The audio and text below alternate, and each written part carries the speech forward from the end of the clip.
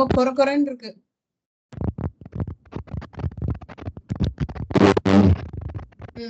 பேசுங்க.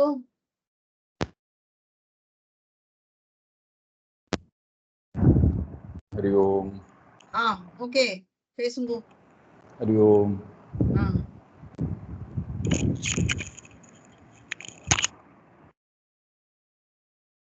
चिदानंद रूपाय विश्वोत्पत्त्यादिहेतवे तापत्रय विनाशाय श्रीकृष्णाय वयं नमः.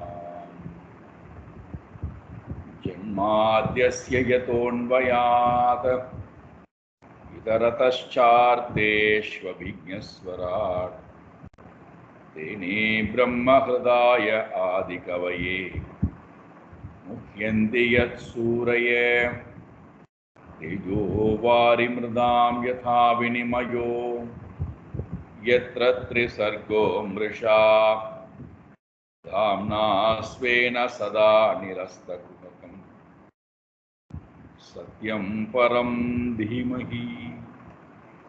धर्मप्रोञ्जितकैतवोऽत्र परमो निर्मत्सराणां सतां वेद्यं वास्तवमत्र वस्तु शिवदं तापत्रयोन्मूलनं श्रीमद्भागवते महामुनिकृते किं वा परैरीश्वरः सद्यो हृद्यवरुध्यतेऽत्र कृतुभिः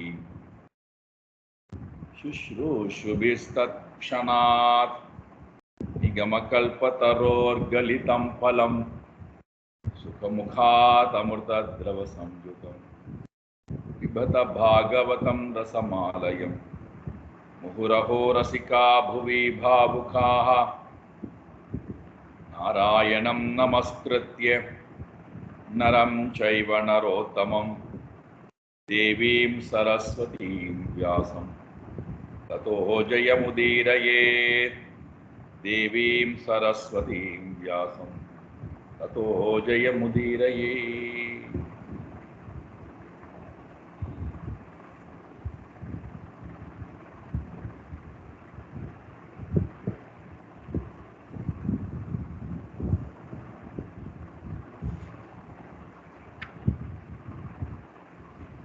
परीक्षित महाराजा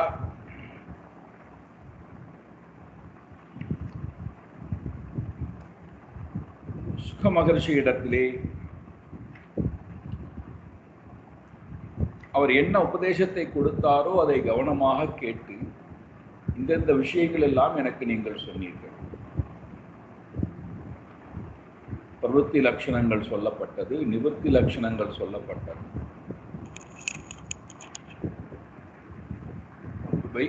சொர்க்கலோகத்தை பற்றி நீங்கள் சொன்னீர்கள், நரகலோகத்தை பற்றி சொன்னீர்கள். அனைத்தும் எங்களுக்கு உங்களால் விளக்கப்பட்டது.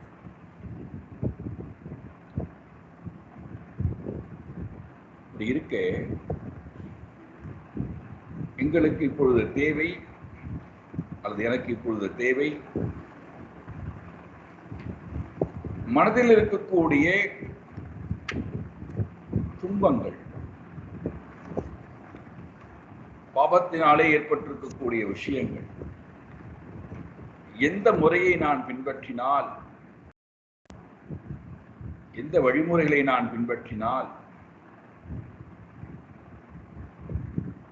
நான் அதிலிருந்து விடுபடுவேன், அதை எனக்கு நீங்கள் சொல்ல வேண்டும். அப்போ சுக மகர்ஷி ஆரம்பிக்கின்றார்.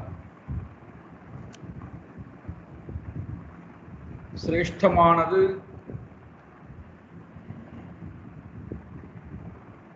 நேரடியான சாதனமாக இருக்கக்கூடியது ஞானமே. ஆனால் இந்த ஞானமானது பக்தியின் துணை கொண்டுதான் நமக்கு வருகிறது. அதனால்தான் நாம் கடைசியிலே நேற்றைய தினம் முடிக்கும் போது பார்த்தோம், சித்த புருஷர்கள், சாதவகா என்று சொல்லக்கூடிய சாதுக்கள் பக்தியின் மூலமாக நாராயண பராயணாக, நாராயணனையே, பரா என்றால் மேலானது, நாராயணனை அடைவதே மேலான லட்சியமாக கொண்டு அவர்கள் வாழ்கிறார்.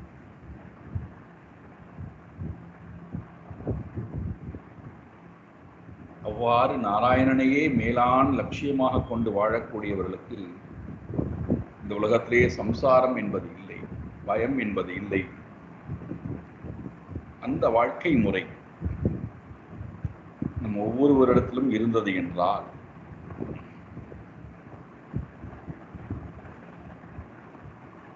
நிச்சயமாக நாமும் இந்த சம்சாரத்தை தாண்டலாம். இதை சொல்லிவிட்டு மீண்டும் தன்னுடைய உபதேசத்தை ஆரம்பிக்கின்றார். பிராயச்சித்தானி வீர்யாணி நாராயண பராங்முகம் ந நிஷ்புணந்தி ராஜேந்திர சுரா கும்ப இவாம்பகாஹ.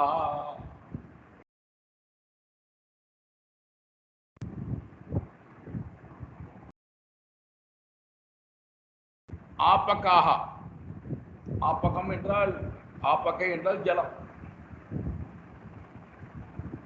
புனிதமான நதியிலே போய் நாம் நீராடுதல் என்பது இருக்கின்றதே, அங்கே போய் நாம் செய்யக்கூடிய பரிகாரங்கள் எல்லாம் இருக்கின்றதே,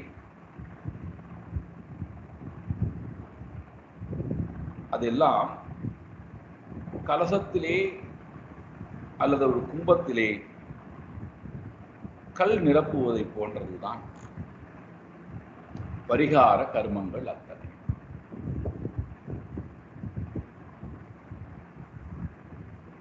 என்னதான் நாம் புனிதமான கஷேத்திரத்துக்கு சென்று புனிதமான நதியிலே நீராடி கும்ப ஜலத்தை கொண்டு நாம் பரிகாரங்கள் எல்லாம் செய்தாலும் அவைகள் எல்லாம் நமக்கு ஆத்ம லாபத்திற்கு ஏதாவது உதவுகின்றதா, ஆத்மாவை அறிவே உபயோகமாக இருக்கின்றதா என்றால் இந்த ஒரு விஷயம் இல்லை என்றால் செய்யப்படுகின்ற எந்த ஒரு காரியமும் நமக்கு பிரயோஜனமாக இல்லை. அது என்ன? நாராயண பராங்முகம் ந நிஷ்புணந்தி. யார் ஒருவனுக்கு நாராயணனிடத்திலே பராங்முகா மேலான பக்தி என்பது இல்லை, அப்பேற்பட்டவனுக்கு இந்த பிராயச்சித்த கர்மங்கள் எதுவும் அவனை சுத்தப்படுத்துவது இல்லை, அவனை புனிதப்படுத்தாது. பகவானும் கீதையில் இதையே சொல்றார். ந வேத யஜ்ஞாஹ அத்யயனைஹி தானைஹி ந சக்ரியாபிஹி ந தபோபி உக்ரைஹி. எல்லாத்தையும் சொல்லிட்டார். வேதங்களினாலோ, வேதங்களை அध्यயனம் செய்வதனாலோ, யஜ்ஞங்களினாலோ, தானங்களினாலோ, தபத்தினாலோ என்னை அடைதல் என்பது அரிது. நச்சக்ரியாபிகி, விதவிதமான கர்மங்கள், வேதங்களில் சொல்லப்பட்ட கர்மங்களை செய்வதனால், ந தபோ உக்ரஹி தபைகி, உக்ரமான தவம் இயற்றுவதனால், இதுதான் உபாயம். இவைகள் எல்லாம் இருந்தும் இதற்கு பின்னாடி நமக்கு இருக்க வேண்டிய ஒன்று பக்தி யோகேன சேவதே. பக்தியாமாம் அபிஜானாதி. பகவான் சொல்றார், பக்தியினால் மட்டுமே என்னை அறிகின்றான், என்னை அடைகின்றான். பக்தி இல்லாது செய்யப்படுகின்ற எவ்வளவு உயர்வான கர்மங்கள். சரி, பக்தி என்ன பண்ணுகிறது அதையும் சொல்கிறார் பாருங்கள். சக்ரன்மன கிருஷ்ண பதாரவிந்தயோஹ நிவேஷிதம் தத் கணராகி யைரிஹ யன்னதே யமம் பாஷபிருதஸ்ச தத் அடான ஸ்வப்னேபி பஷ்யந்தி சீர்ண நிஷ்கிருதாஹ.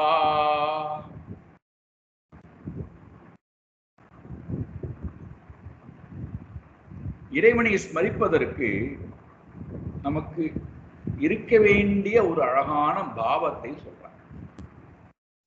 முக்கியமான அது ஒன்றுதான் மற்ற அனைத்தையும் கொண்டு வருகிறது. அது என்னது? மனஹா அபி சம்ஸ்கிருதஹ மனஹா அபி கிருஷ்ணஹா. மனதுல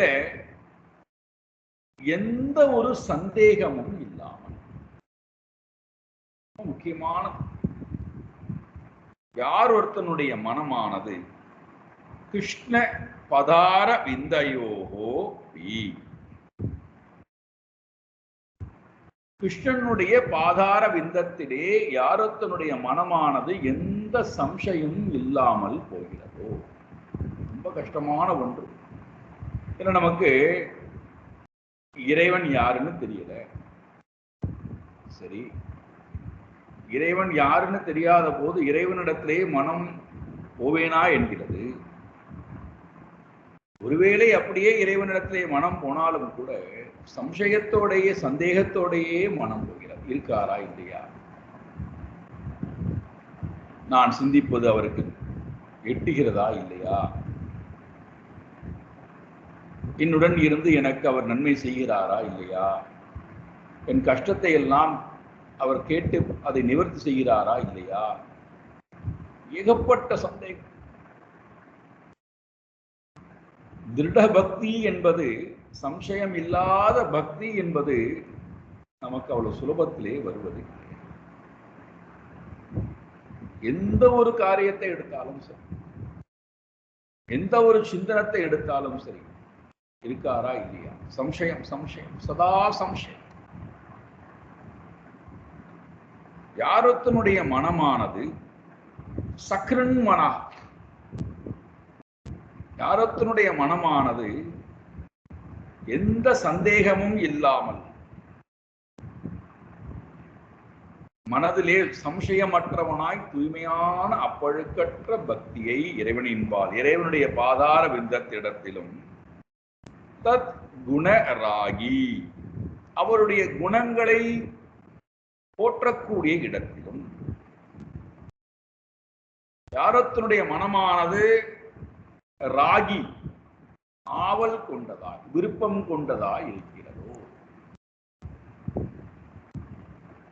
இறைவனுடைய பாதார விந்தத்தே ஆர்வம், இறைவனுடைய குணங்களை ஸ்மரிப்பதிலே, அந்த குணப்பிரகாரம் வாழ்வதிலே ஆர்வம் யாரொத்தனுக்கு அந்த மாதிரி இருக்கின்றதோ, அப்பேற்பட்டவனுடைய மனம் இறைவனிடத்திலே செலுத்தப்பட்ட மனம்.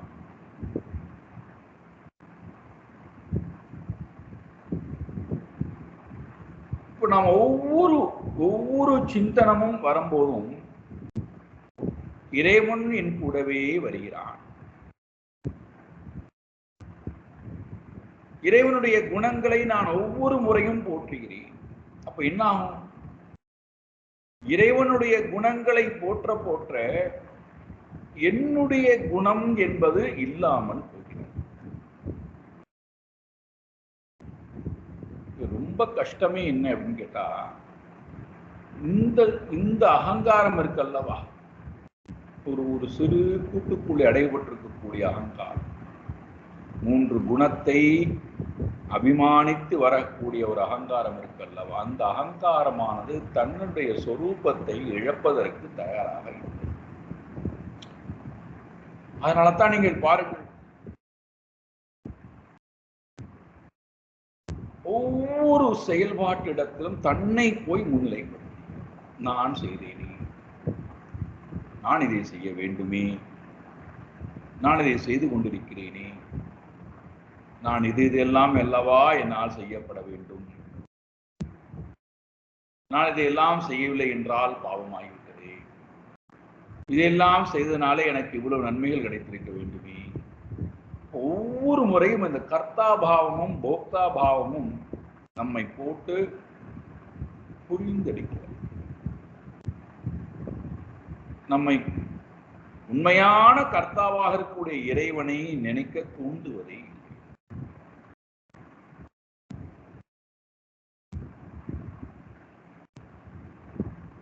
நீங்கள் ஒரு அழகான உதாரணம் பார்க்க வேண்டும் என்று சொன்னால், களிமண்ணை பானையாக உற்பத்தி பண்ணக்கூடிய இடத்துக்கு நீங்கள் போனீர்கள் என்றால் பல வஸ்துக்கள் அதில் இருக்கும். நமக்கு அந்த வஸ்துக்கள் எதுவும் கண்ணுக்கு தெரியாது. கடைசியில பானை தான் நம்முடைய கண்ணுக்கு தெரியும். இப்ப இந்த பானை தானாக வந்ததா என்றால் இல்லை. மண்ணே பானையாக உருவெடுத்திருக்கின்றதா என்றால் இல்லை. சரி, இந்த பானையை உற்பத்தி செய்து கொடுக்கக்கூடிய வட்டு இருக்கின்றதே, சக்கரம், அது தானா உற்பத்தி செய்ததா என்றால் இல்லை. களிமண் எதுவுமே இல்லாமல், சக்கரம் எதுவுமே இல்லாமல்,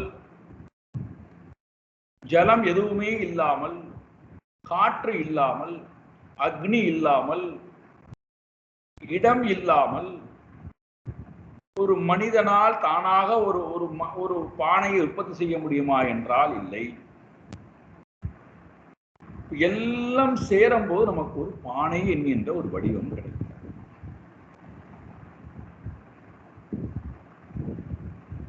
இதுல கவனிக்க வேண்டியது என்னவென்றால், இந்த பானையை செய்தவனுக்கு நான் செய்தேன்கிற அகங்காரம் ஒருவேளை வந்தது என்றால், மண்ணினுடைய துணை இல்லாமல் பானை செய்யணும். ஜலம், காற்று, அக்னி, இடம் துணை இல்லாமல் பானையை செய்யணும். சக்கரத்தினுடைய துணை இல்லாமல் பானையை செய்யணும். மண்ணினுடைய துணை இல்லாமல் பானையை செய்யணும். செய்ய முடியுமா? முடியாது. அப்ப அவனுக்கும் அகங்காரம் வர வேண்டிய அவசியம் இல்லை. என்னால் செய்யப்பட்டது சொல்வதற்கு எவ்வகையிலும் அவனுக்கு அருகதை இல்லை.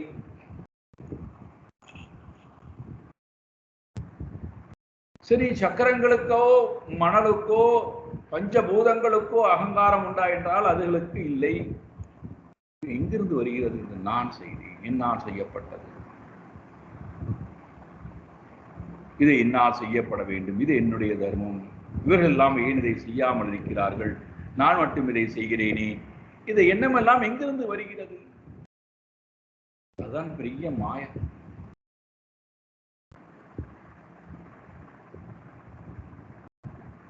எது உண்மை அல்லவோ அதை சதா ஸ்மரிக்க வைத்து அதிலேயே நம்மை மயக்கி பந்தப்பட வைத்து, அதுதான் உண்மையான சம்சாரம். அப்ப அதை என்னை விட்டு போவதற்கு என்னதான் வழி? இறைவனுடைய குணங்களை தொடர்ந்து ஸ்மரித்தல், ஸ்மரிக்க ஆவல் கொள்ளுதல், ஆழ்ந்த பக்தியை அவனிடத்திலே வைத்தல். அதன் மூலமாக என்னடா, என்னுடைய குண மகாத்மியமானது காணாமல் போகிறது, என்னுடைய குண மகாத்மியம் இல்லாமல் போகிறது, அழிந்து போகிறது.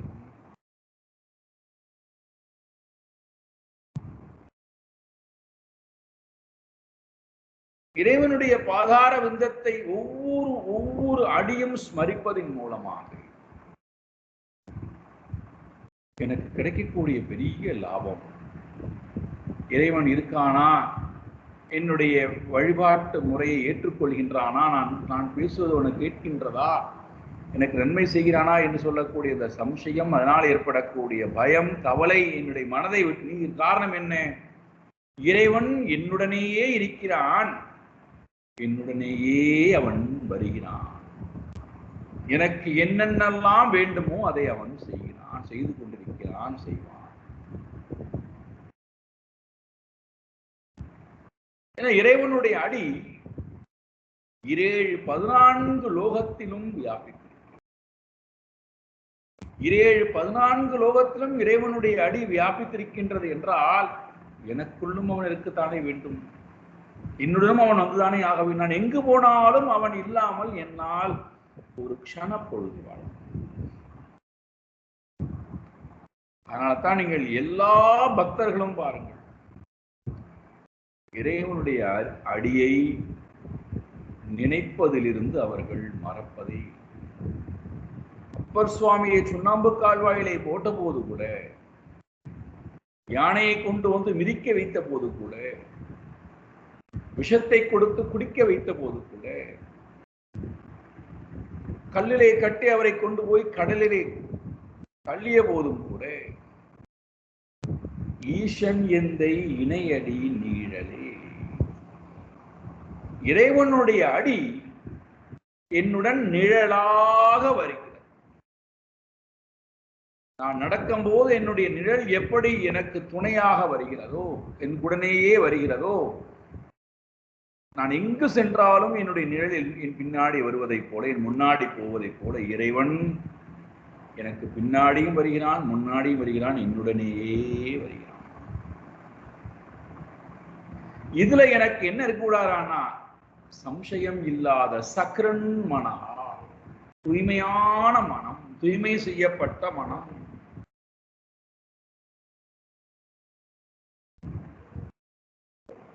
சம்சயாத்மா வினஷ்யதிங்கிறார் பகவான் கீதை.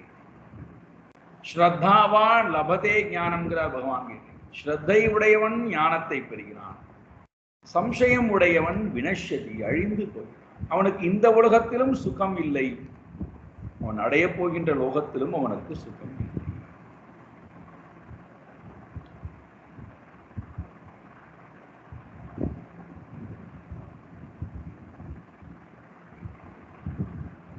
அப்போ இங்கே சக்ரன் மனஹா ரொம்ப அழகான சொல். நன்றாக தூய்மை செய்யப்பட்ட சந்தேகம் இல்லாத மனதை கொண்டு, யாரொத்தனுடைய மனமானது பரமாத்மாவிடத்திலே, பரமாத்மாவுடைய பாதார வித்தத்திடத்திலும், பரமாத்மாவுடைய குண மகாத்மியத்திடத்திலும், அவருடைய லீலைகளிடத்திலும், அவர்களுக்கும் பக்தர்களுக்கும் இடையே சம்பந்தத்தை இடத்திலும் யாரத்தினுடைய மனமானது ராகி, விருப்பம் உடையவனாய், பக்தி உடையவனாய் ஆகின்றதோ, தே அவர்கள் சீர்ணே நிஷ்கிருதாகி, அவர்கள் உண்மையான பரிகாரத்தை செய்தவர்களாய் அறிகிறார். சீன நிஷ்கிருதாகா, அவர்களுடைய பாப வினைகள் எல்லாம் அழிக்கப்படுகிறது. பாப புண்ணியத்துக்கு காரணம் விருப்பு, விருப்பு வெறுப்புக்கு காரணம் அகங்காரம். அப்போ அகங்காரமானது இறைவனுடைய பாதார விந்தத்திலே வைக்கப்படுகின்ற காரணத்தினாலே அவர்களுடைய புண்ணிய பாபங்கள் முழுமையாக சீர்ணம், அழிந்து போகின்றது. புண்ணிய வினைகளும் அழிந்து போகின்றது. அப்பேற்பட்டவர்களை அடுத்துதான் முக்கியம், யமம் பாஷபிருதா தத் படாஞ்ச ஸ்வப்னே அபி நஹி பஷ்யந்தி. அப்பேற்பட்டவர்களை யமராஜன் நினைப்பானா என்றால் யமராஜன் நினைக்க மாட்டான். அப்பேற்பட்டவர்களை யமன் நினைக்கவும் மாட்டார், தொடவும் மாட்டார், அணுகவும் மாட்டார். சரி, அவர்களுடைய யமதூதர்கள் வருவார்களா என்றால் பாஷபிருதா, கையிலே பாசத்தை கொண்டிருக்கக்கூடிய, கயிறை கொண்டிருக்கக்கூடிய தத் பட்டாஞ்ச யமதூதர்கள் வருவார்களா என்றால் அவர்களும் கூட வரமாட்டார்களாம். எங்கே? விழிப்பு நிலையிலே இல்லை. ஸ்வப்னே அபீன பஷ்யன், சொப்னத்திலும் கூட அவர்கள் நெருங்குவது இல்லை. ஏன்னா நீங்க பாத்தீங்கன்னா விழிப்பு நிலையிலே நமக்கு சில பேருக்கு பயம் இல்லாமல் இருக்கலாம். எனக்கெல்லாம் மரணத்தை கண்டு பயம் கிடையாது, மரணம் ஏற்படுவதை கண்டும் பயம் கிடையாது, எனக்கு எப்பொழுது வேணால் மரணம் ஏற்படலாம், நான் ஏற்றுக்கொள்ள தயாராக இருக்கிறேன் அப்படின்னு நமக்கு விழிப்பு நிலையிலே நாம் ரொம்ப ஏற்றுக்கொள்ளக்கூடிய மனோபாவம் படைத்தவளை போல நாம் இருக்கலாம். ஆனால் ஆழ்ந்த கனவுல போகும்போது அந்த அந்த பயமானது, அப்போ மனமானது சூக்ஷ்மமாக போக போகத்தான் உண்மையான தன்மை தெரியும். கான்சியஸ் மைண்ட் இருக்கு, சப்கான்சியஸ் மைண்ட் இருக்கு, அன்கான்சியஸ் மைண்ட் இருக்கு.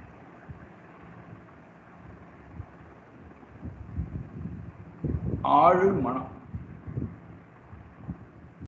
இப்போ சப்கான்சியஸ் மைண்ட்ல என்ன பதிவாயிருக்கு? அதுதான் சூக்ஷ்ம சரீரம், அதுதான் கனவுலோகம். அங்கதான் நமக்கு இந்த விழிப்பு நிலையினுடைய வாசனைகள் எல்லாம் வெளிப்படக்கூடிய இடமாக அதவை இருக்கிறது, கனவுலோகமாக இருக்கிறது. கனவுலோகத்திலே எனக்கு மரண பயம் ஏற்பட்டு அங்கே யமனை பற்றி நினைக்கும் போது, யம படர்களை பற்றி, யம தூதர்களை பற்றி நினைக்கும் போது எனக்கு பயம் வரலாம் அல்லவா? அங்கும் அந்த பயம் வராது. காரணம் என்ன? என்னுடைய சப்கான்சியஸ் மைண்டிலும் எனக்கு வாசனைகள் அழிந்து விட்டது, அன்கான்சியஸ் மைண்டிலும் என்னுடைய வாசனைகள் அழிந்து விட்டது, ஒரே ஒரு ஸ்மரணையின் காரணத்தினாலே. அதனால்தான் பார்வதி பரமேஸ்வரனிடத்தில் கேட்கிறாள், எஸ் எஸ் ஸ்மரண மாத்திரேன ஜென்ம சம்சார பந்தனா விமுச்சதே. ஸ்மரண மாத்திரேன, எந்த ஒன்றை ஸ்மரிப்பது மாத்திரம், அது ஒன்றை ஸ்மரித்தாலே போருமா. ஜென்ம சம்சார பந்தனா விமுச்சதே, சம்சார பந்தத்திலிருந்து அவன் விடுவிடுவானோ, மோட்சம் அடைவானோ. யாரை ஸ்மரித்தால், யாரை ஸ்மரித்த மாத்திரத்திலே, ஸ்மரண மாத்திரே.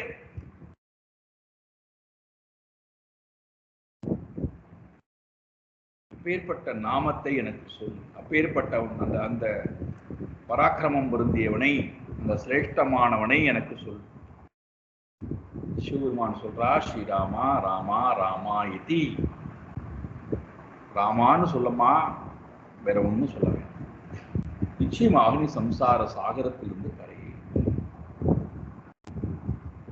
ரமே ராமே மனோரமே சகசிரநாம தத்துல்யம் ராமநாம வராணமே. 1000 நாமன்னு சொல்லலாம் வேண்டாம், 1000 நாமத்துல வரண்யம் பூஜிக்க தகுந்த நாமம் ராமநாம வராணமே. ராமநாமம் ஒன்று போல். அதை நீ ஸ்மரிப்பதன் மூலமாகவே நீ ஜென்ம சம்சார சாகரத்தை. இப்ப ஸ்மரித்தல் என்பது ஒரு சுலபமான விஷயம் அல்ல. ஸ்மரிக்கணும் அவ்வளவுதானே, நாங்க பார்த்துக்கோம். ஸ்மரித்து பாருங்கள், அப்பதான் தெரியும். ஸ்மரித்தல் என்று வரும்போது உவந்து ஸ்மரித்தல், பக்தியுடன் ஸ்மரித்தல், ஒன்று கலந்து ஸ்மரித்தல், சம்சயம் இல்லாமல் ஸ்மரித்தல், விருப்பு வெறுப்பு இல்லாமல் ஸ்மரித்தல், அகங்காரம் இல்லாமல் ஸ்மரித்தல், ஞானத்துடன் ஸ்மரித்தல், பக்தியுடன் ஸ்மரித்தல், எந்த எதிர்பார்ப்பும் இல்லாமல் ஸ்மரித்தல்,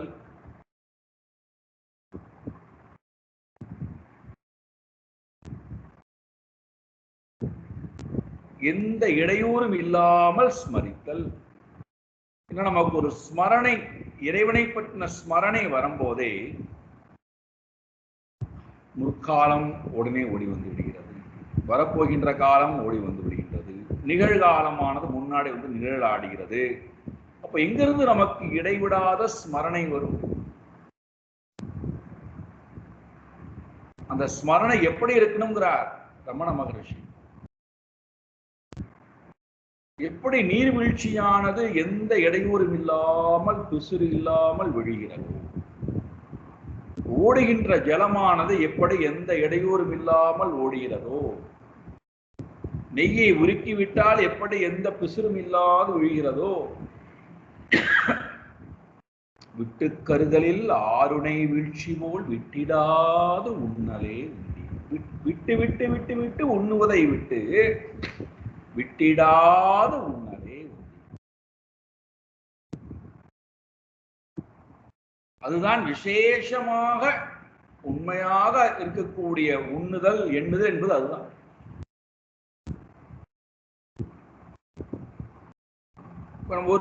ஒரு ஸ்மரணம், இறைவனை பற்றின ஸ்மரணம் வரும்போது, ஸ்மரணம் என்று வரும்போது, ஸ்மரித்தல் என்று வரும்போது அங்கே நமக்கு என்ன தேவைப்படாது? இடம் தேவையில்லை, காலம் தேவையில்லை, நமக்கு அதுக்குண்டான சூழ்நிலைகள் தேவையில்லை, வஸ்துக்கள் தேவையில்லை. இந்த காலத்திலே ஸ்மரிக்க கூடாது, இந்த காலத்திலே ஸ்மரிக்க, இந்த காலத்திலே பூஜை பண்ணக்கூடாது, இந்த காலத்திலே இந்த நாமத்தை சொல்லக்கூடாது, எதுவுமே இல்லை. ஸ்மரித்தல் என்று வந்தால் 24 மணி நேரமும் ஸ்மரிக்கிறேன், 366 நாளும் ஸ்மரிக்கிறேன், ஆயுள் முழுக்க ஸ்மரிக்கிறேன்.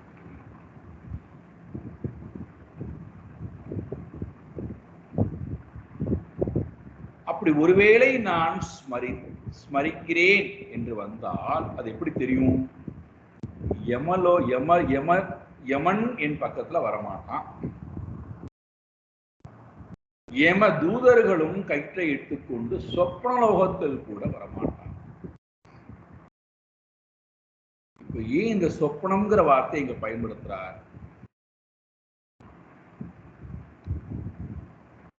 ஆழ்ந்து சிந்திக்க வேண்டும் அல்லவா? சொப்னஹா அபி ஸ்வப்னே அபி ந பஷ்யம். விழிப்பு நிலையிலே நம்மால் ஒரு செயலை முயன்று செய்ய முடியும். இந்த எண்ணம் வேண்டாம் என்றால் மாற்றிக்கொள்வதற்கு நமக்கு அதிகாரம் இருக்கு. இந்த செயல் வேண்டாம் என்றால் செய்வதற்கு, வேறொரு செயலை செய்வதற்கு அதிகாரம் இருக்கு. செயலே வேண்டாம் என்றால் சும்மா இருப்பதற்கும் அதிகாரம் இருக்கு. எந்த எண்ணமும் வேண்டாம் என்றால் எண்ணம் இல்லாமல் இருப்பதற்கும் அதிகாரம் இருக்கு. ஆனா சொப்னலோகத்துல சுய பிரயத்தனம் என்பது கிடையாது. அங்கே மனதுல என்ன பதிவாகி இருக்கோ அது வெளியில வரும். அதை நான் பார்த்துதான் ஆக வேண்டும், அனுபவித்துத்தான் ஆக வேண்டும். அங்கே எனக்கு எந்த அதிகாரமும் இல்லை. இதை நான் பார்க்க மாட்டேன் என்று சொல்வதற்கோ, இதை மட்டும்தான் பார்ப்பேன் என்று சொல்வதற்கோ, இந்த கர்மத்தை எல்லாம் செய்ய மாட்டேன், இந்த கர்மத்தை மட்டும்தான் செய்வேன் என்று சொல்வதற்கோ நமக்கு எந்த அருகதையும் இல்லை. நமக்கு அங்கே எந்த சுதந்திரமும் இல்லை. நமக்கு அங்கே எந்த சொல்லக்கூடிய அகங்காரமும் இல்லை. அங்கே விதைக்கப்பட்ட வாசனைகள் வருவதை நாம் அனுபவித்தான். பாருங்கள், எல்லாவற்றையும் சேர்த்த நான் அனுபவிக்கக்கூடிய இடத்திலே இருக்கக்கூடிய இடம்தான் சொப்னம்.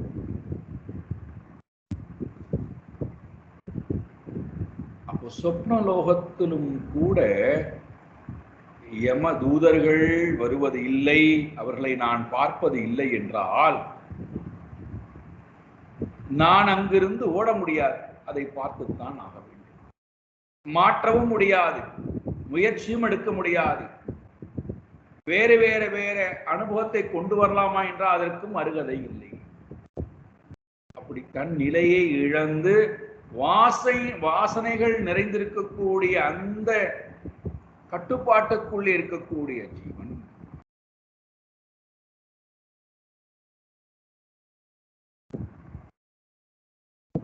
ஒருவேளை அங்கே எனக்கு சுதந்திரம் இருக்கின்றது என்று சொன்னால் அங்கும் போய் நான் மாற்றிக்கொள்வதற்கு முயற்சி எடுக்கலாம், அங்கு முடியாது. அப்ப அந்த முயற்சி இல்லாத தருணத்துல கூட என்னுடைய செயல்பாடுகள் இல்லாமல் மனம் இறைவனையே அங்கும் ஸ்மரித்துக் கொண்டிருக்கின்றது என்றால் அந்த செயல் விழிப்பு நிலையிலே நான் செய்திருந்தால் தான், விழிப்பு நிலைன்னா என்ன அர்த்தம்? ஒவ்வொரு பிறவிதோறும் நான் செய்திருந்தால் தான் கனவு லோகத்திலும் கூட நான் மரணத்தை பற்றின சிந்தனை இல்லாமல் இருப்பேன், யம தூதர்களை பற்றின சிந்தனை இல்லாமல் இருப்பேன். அவர்களை நான் பார்க்க வேண்டிய அவசியம் இல்லை. காரணம், அங்கும் நான் என்னுடைய மனம் என்னுடைய முயற்சி இல்லாமல் நாராயணனையே ஸ்மரித்துக் கொண்டிருக்கிறது.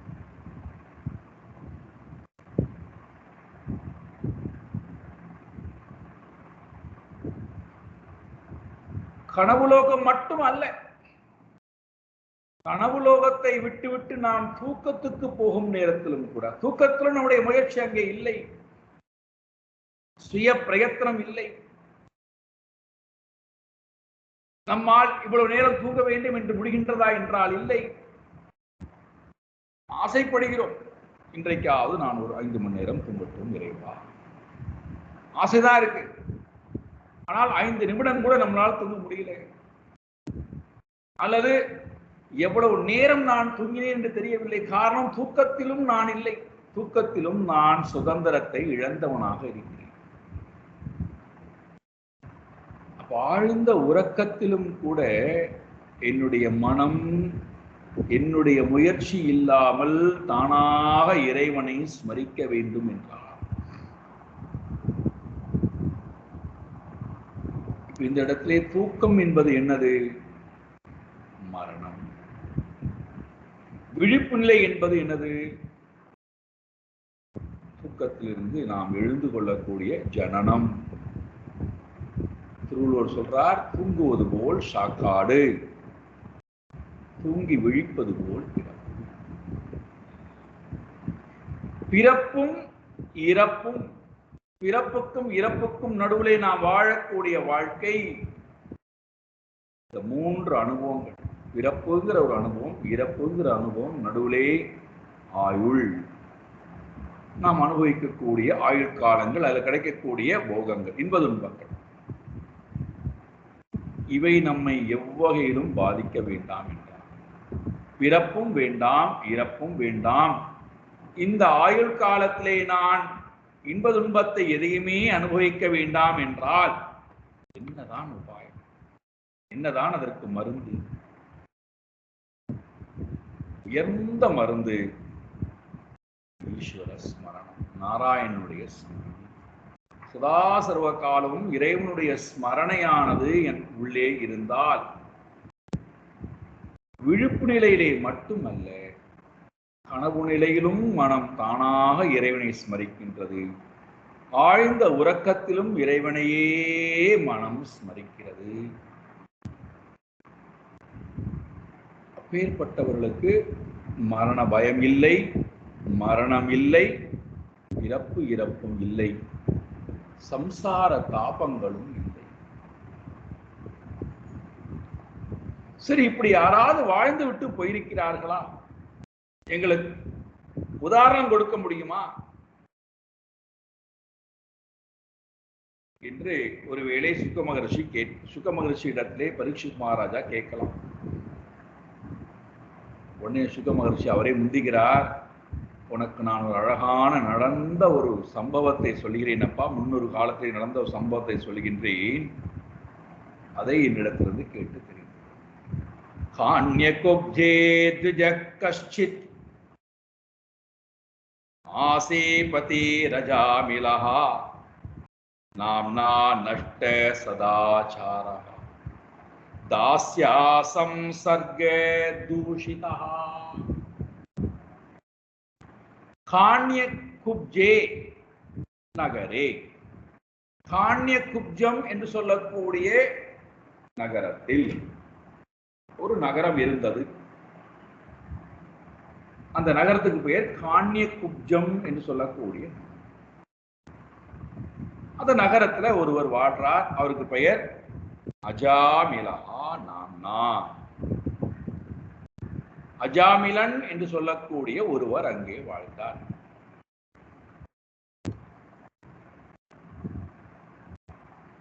ஜாமி என்றால்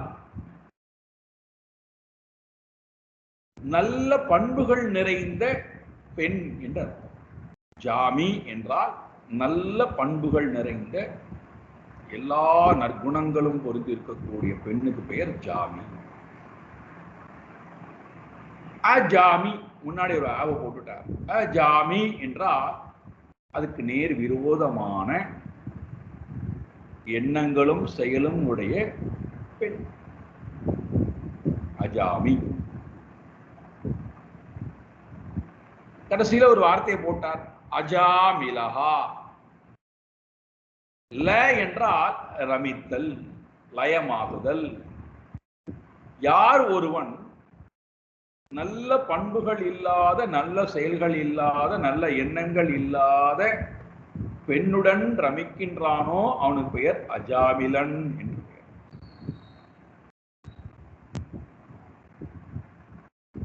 இது ஒரு அர்த்தம். நமக்கு ரெண்டு வகையிலும் பார்க்கணும்.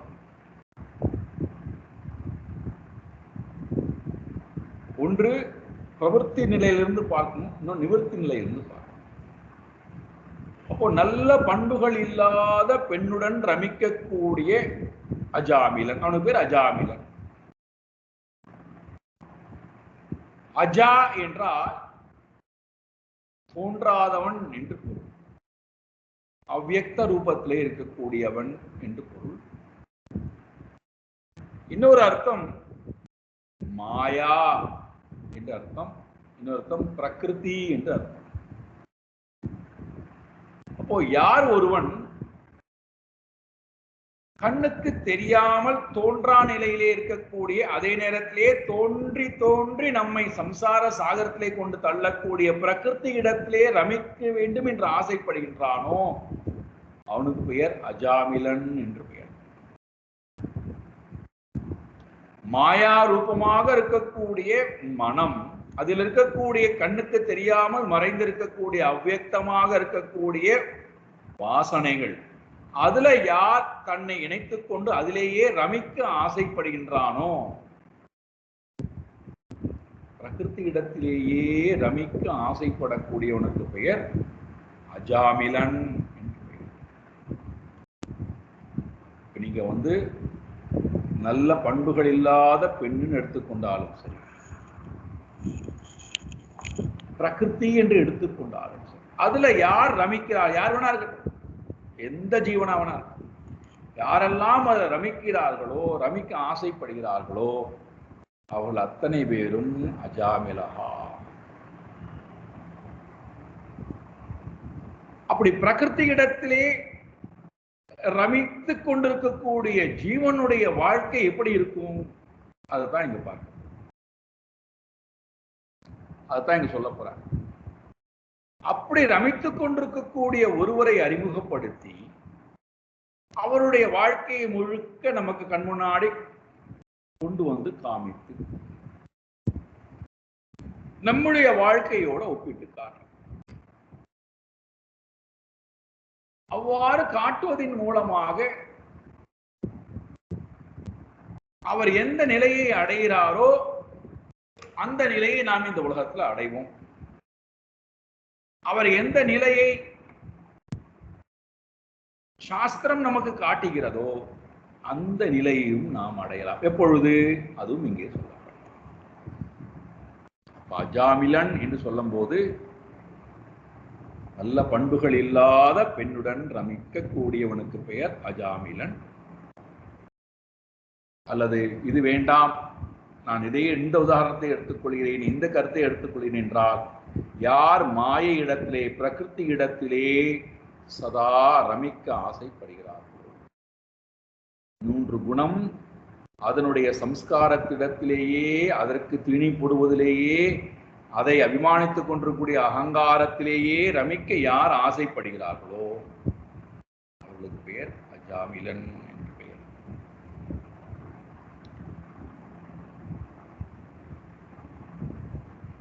இப்போ அந்த அஜாமிலன் இங்கே நமக்கு அறிமுகப்படுத்தி விட்டார். அந்த அஜாமிலன் என்ன செய்கிறானா? நஷ்ட சது ஆச்சாரா,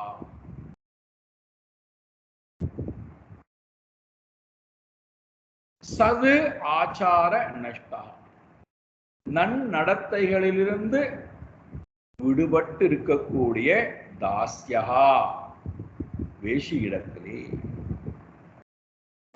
சம்சர்கா, நன்றாக சேர்ந்தவனாய், தன்னை இணைத்து கொண்டவனாய்,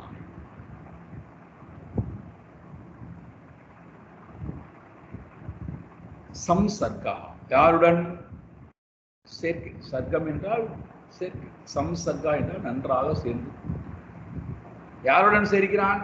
நஷ்ட ஆச்சாரா, சது ஆச்சாரம், நன்னடத்தைகளிலிருந்து முழுமையாக விடுபட்டிருக்கக்கூடிய தாஸ்யா வேஷியிடத்திலே தன்னை இணைத்துக் கொண்டவனாய், அதனால அவனுக்கு என்ன வந்து விட்டது? தூஷிதா, தோஷம் என்பது ஏற்பட்டு முழுமையாக தோஷம் நிரம்பியவனாய் இருந்து விட்டு போகட்டுமே, எல்லாருக்கும் தான் தோஷம் இருக்கு, இருந்து விட்டு போகட்டுமே. ஒரு அடைமொழி கொடுக்கிறார். இவன் யார்? எந்த குலத்திலே பிறந்தவன்? கஷ்சித் விஜஹா, ஒரு பிராமணன் இருந்தான்.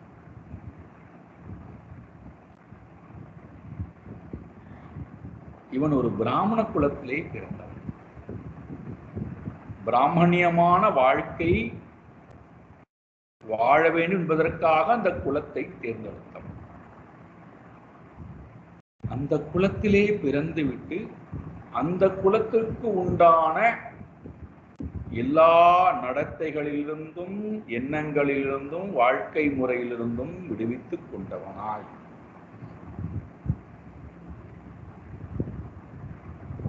அஜாமி என்று சொல்லக்கூடிய தேசியிடத்திலே சங்கம் வைத்த காரணத்தினாலே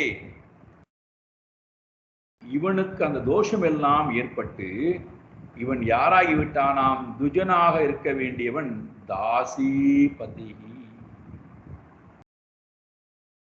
அந்த அந்த வேஷியினுடைய அந்த பெண்ணினுடைய கணவனாக இவன் வாழ்கிறான். நம்ம இன்னைக்கு சொல்றோம் அல்லவா, ஆங்கிலத்துல வெளிநாட்டினுடைய கலாச்சாரம் சொல்லும் அல்லவா, லிவிங் டுகெதர். ஆணும் பெண்ணும் அக்னி சாட்சியாக ஒருவர் விரும்பி பெரியோர்களுடைய, இறைவனுடைய, வேதங்களுடைய, நல்லோர்களுடைய ஆசீர்வாதங்கள் எதுவுமே இல்லாமல், முறையில்லாமல் வாழக்கூடிய வாழ்க்கைக்கு பேர் இன்னைக்கு நம்ம ஒரு பேர் வச்சிருக்கோம், லிவிங் டுகெதர்.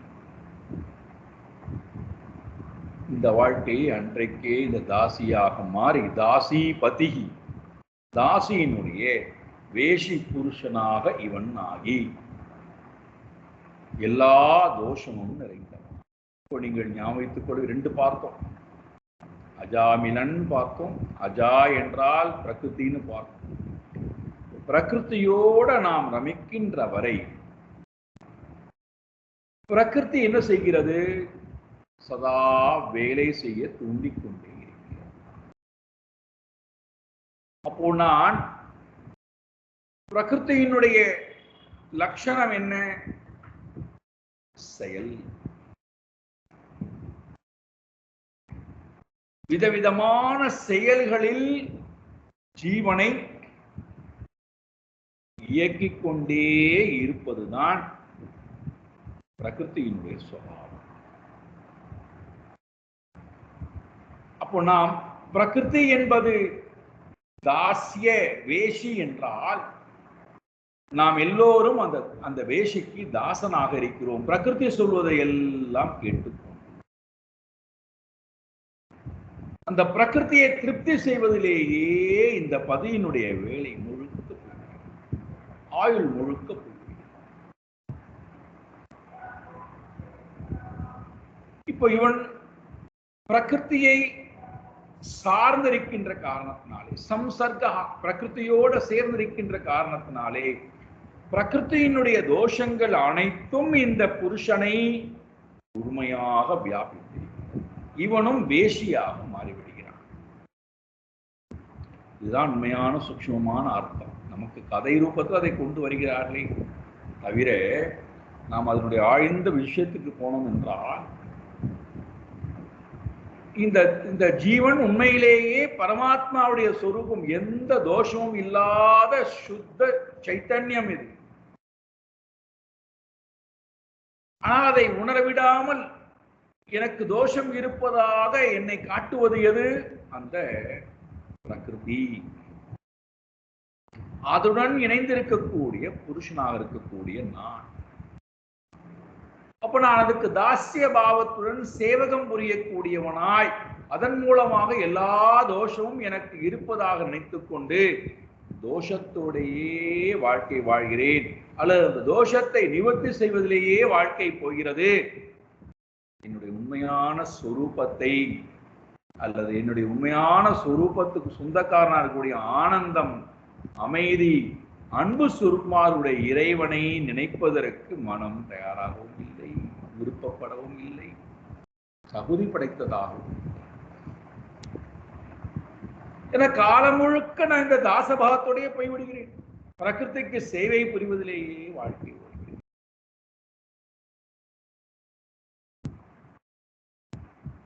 நாம அதுக்கு ஒரு பெயர் வேற கற்பிச்சு வச்சிருக்கோம். தர்மம், அதர்மம், புண்ணியம், பாபம்னு ஒரு பெயர்லாம் கற்பிச்சு வச்சிருக்கோம். இதெல்லாம் செய்தால் புண்ணிய கர்மா, இதெல்லாம் செய்தால் பாப கர்மா, இதிலேயே வாழ்க்கை ஓடி விடுகிறது. புண்ணிய பலன் வந்தால் மோகம், பாவ பலன் வந்தால் சோகம், தர்மம் செய்தால் கர்வம், அதர்மம் செய்தால் அவமானம்.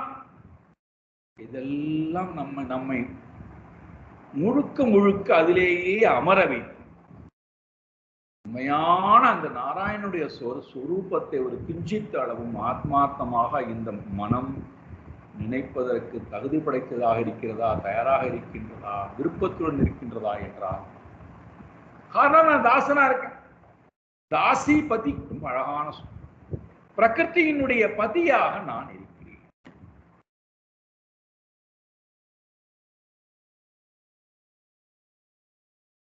அழு என்றால் அழுகிறேன், கவலைப்படு என்றால் கவலைப்படுகிறேன், துக்கப்படு என்றால் துக்கப்படுகிறேன், பயம் கொள் என்றால் பயம் கொள்கிறேன், மோகப்படு என்றால் மோகவசப்படுகிறேன், ஆசைப்படு என்றால் ஆசைப்படுகிறேன், பொறாமைப்படு என்றால் பொறாமைப்படுகிறேன். இந்த பொருள் எனக்கு வேண்டும் என்று சொன்னால் உடனடி போய் வாங்கி கொண்டு வந்து கொடுக்கின்றேன். இதை செய்யாதே என்றால் உடனடி நான் விலகி விடுகிறேன். உணர்ச்சியை காட்டுகின்றால் உடனடியாக உணர்ச்சியை காட்டுகின்றோம். இதை படி என்றால் உடனே படிக்கிறோம். இதை சிந்தனை பண்ணுகின்றால் சிந்தனை பண்ணுகிறோம். 3 குணங்களுக்கும் தாசனாக நான் இருக்கிறேன். உண்மையான நாராயணனுடைய தாசனாக நான் இருக்க தயாராக.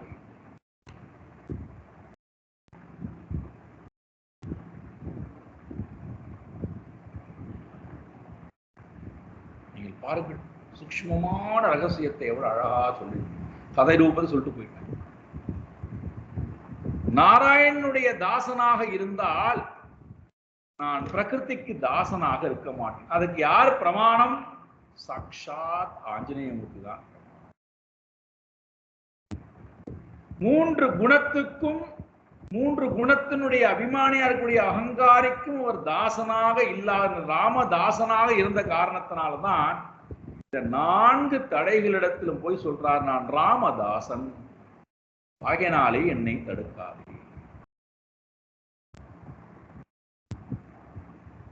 நான் ராமதாசன் ஆகையினாலே ராம கைங்கரியத்தை செய்து முடித்து விட்டு என்னை எடுத்துக்கொள், அதுவரைக்கும் என்னை தொடாதே. அப்போ பிரகிருதி இடத்திலே போய் வசமாகாத நிலையை பார்க்கிறோம். மைனாக பருவதம் தமோகுணம், சுரசா என்று சொல்லக்கூடிய சக்தி ரஜோகுணம், சிம்ஹிகா என்று சொல்லக்கூடிய சக்தி சத்துவகுணம், வாசனா நிறைந்த இடம்.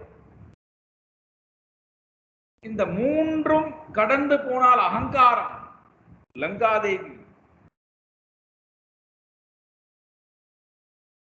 இது எல்லாம் கடந்ததுனால தான் லங்கா காலனை வெல்ல முடிந்தது. காலன் என்று சொல்லக்கூடிய மரணத்தை வெல்ல முடிந்தது ராவணன் என்று சொல்லக்கூடிய அசுர சக்தி.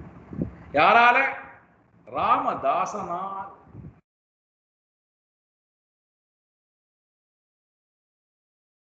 இப்ப நாம ராமதாசனா என்றால் பிரகிருதி தாசன், வேஷிதாசன்,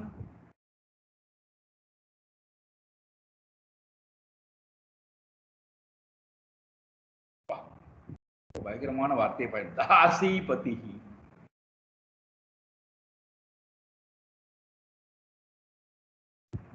இந்த தாசையினுடைய லட்சணத்தை கொஞ்சம் நாம் ஆராய்ந்து பார்த்தோம் என்றால்,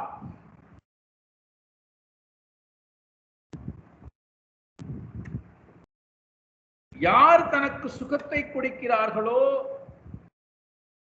அவர்களுக்கு அது சுகத்தை கொடுப்பதை போல தெரியும், சார்ந்திருப்பதை போல், அவர்களை சார்ந்திருப்பதை போல. இவனிடத்திலிருந்து நமக்கு இனிமேல் எந்த நன்மையும் இல்லை அப்படின்னு தெரிஞ்சிருச்சுன்னா அவ்வளவுதான், உடனடியாக அது உருமாறி வேறொருத்தனிடத்திலே போய்விடுகிறது. இது தாசியினுடைய முதல் லட்சணம். நீங்கள் 3 குணத்திடத்திலே ஏதாவது ஒரு குணத்திடத்திலே நீங்கள் அபிமானம் கொண்டு அந்த குணத்தையே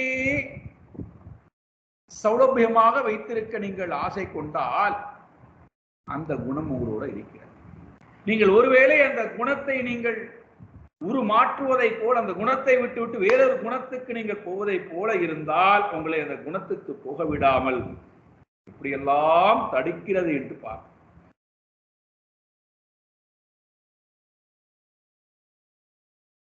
விதவிதமான விஷயங்களை முன்னாடி கொண்டு வந்து காமித்து நம்மை மயக்குதல், பயப்பட வைத்தல், மோகிக்க வைத்தல், துன்பப்பட வைத்தல், கவலைப்பட வைத்தல், பந்தப்படுத்துதல், இதெல்லாம் இந்த குணங்கள் செய்யக்கூடிய லட்சணமாகும். அதுல அபிமானம் கொண்டு அதற்கு சேவகம் புரியக்கூடிய தாசனாக இருக்கக்கூடிய நான் இருக்கிறேனே வேஷிபதி, இப்ப எனக்கு என்ன, இந்த பிரகிருதிக்கு சகாயம் பண்ணி பதியாக இருந்து அதற்கு உணவிட்டு அதுக்கு போஷாக்கு செய்து அது கொஞ்சம் நம்மை ஓய்வெடுக்க வைத்தால் அப்பதான் நம்ம என்ன சொல்றோம், ரொம்ப சோர்வா இருக்கிறேன். எதனால சோர்வு? இந்த தாசிக்கு, இந்த வேஷிக்கு நான் அடிமைப்பட்டு இந்த வேஷிக்கு சேவகம், வாழ்க்கை முழுக்க சேவகம் போய் அதனால் மனதுல ஆயாசம், உடல்ல ஆயாசம், அறிவு இழந்து போதல், செல்வம் இழந்து போதல், ஆயுள் இழந்து போதல், ஆரோக்கியம் குன்றி போதல், காலம் விரயமாகி போதல், புத்தி நாசமாகி போதல், இதெல்லாம்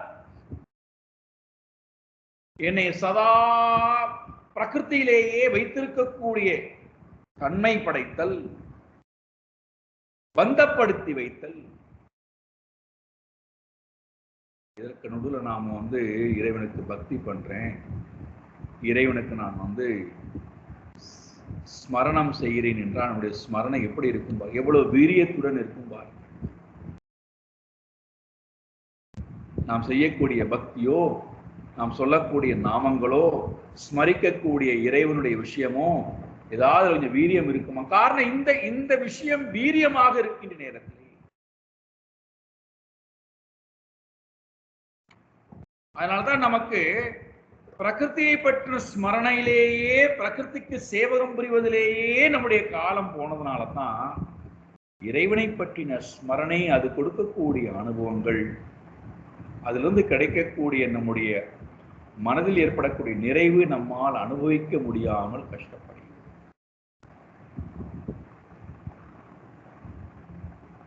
இதிலிருந்து நான் வெளியில வருவது எப்படி? சாயங்காலம் பாருங்கள், அஜாமிலோபாக்கியானம் மூலமாக நமக்கு ஒரு உயர்ந்த தத்துவத்தை சொல்ல வருகிறார். சாயங்காலம் எடுத்துக்கொள்ளும். ஓம் பூர்ணமதః பூர்ணமிதம் பூர்ணாத் பூர்ணமுதச்யதே பூர்ணஸ்ய பூர்ணமாதாய பூர்ணமேவாவசிஷ்யதே. ஓம் சாந்தி சாந்தி சாந்தி. हरि ओम श्री गुरुभ्यो नमः. हरि ओम.